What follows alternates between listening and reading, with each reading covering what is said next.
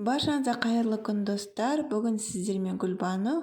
Бүгін сіздерге өте керемет үй жағдайында жасауға болатын жұмсақ нанды жасайтын боламыз. Міндетті түрде видеомды толық қарап шығыңыздар.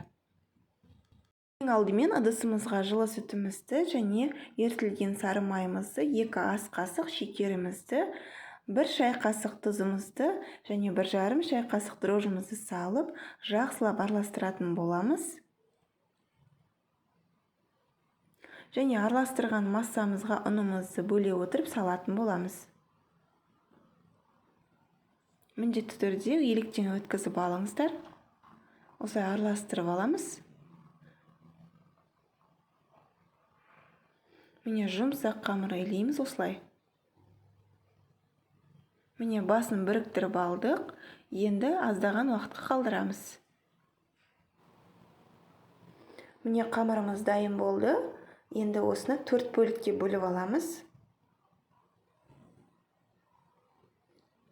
Енді қамырымызды алып, қолымызбен дөңгелете отырып пішінге келтіріп аламыз. Барлығын дәл осылай дөңгелетіп аламыз.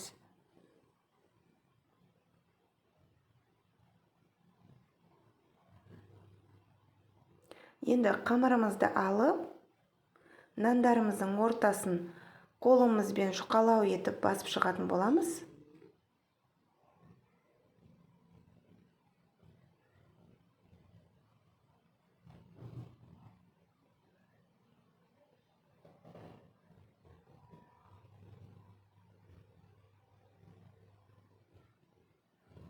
Енді табаға орналастырып алдық. Шанышқымен жақсылап басып шығатын боламыз ортасын. Енді бетіне бір дана жұмыртқамызды және аздап сүт құйып, жақсылап бетіне жағып шығамыз. Нандарымыз қызарып әдемі болып піседі. Және мен бетіне қалауларыңыз бойынша күнжіт сепсеңіздер болады. Мен күнжіт сеуіп шықтым.